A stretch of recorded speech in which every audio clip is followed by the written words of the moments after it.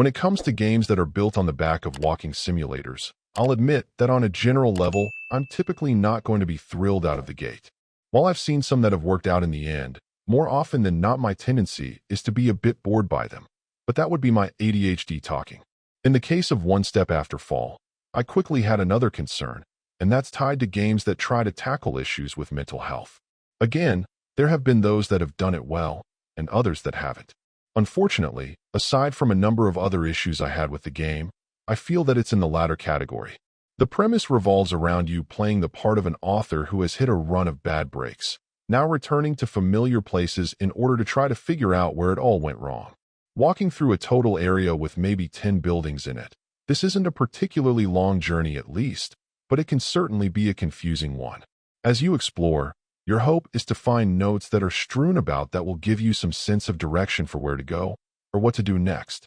Aside from that, you'll find items that range from sensible, like different books you've written and will have thoughts on, to what appear to be zombie figurines which honestly feel completely out of place and pointless, outside of simply satisfying a need to find them all.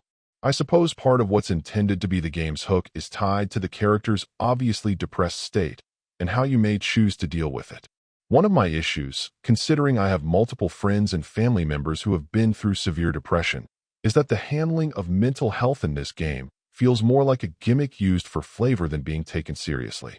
Unlike many games of this kind, whether intentional or unintentional, death is an option, which isn't great and should have been noted with a trigger warning. Worse, while I can understand that the Scarecrow can represent depressive thoughts, trying to undermine your confidence and feelings of self-worth through its repeated harassing words, I'm not sure personifying those thoughts is a great move for some people who may play it, again, without a trigger warning. Unfortunately, this game isn't alone in approaching mental health in a way that feels more like a convenient gimmick than an attempt to take it seriously. I understand that some titles have tried to represent depression and other problems in an interactive way to help people understand the issues, or to even try to help people work through their trauma, but I don't see clear signs of that approach here. Perhaps there could be a limited audience who somehow sees some value in this experience, but for a variety of reasons I'd say that there are simply better examples of just about every element of this game out there on the eShop. Overall, my final score for the game ended up being a 5. And if you're interested in picking it up, it's currently available on the Switch eShop for $4.99. Thank you for taking the time to listen to this review. And if you'd like more information or ideas of indie games worth checking out on Switch, be sure to click on the link provided in the description.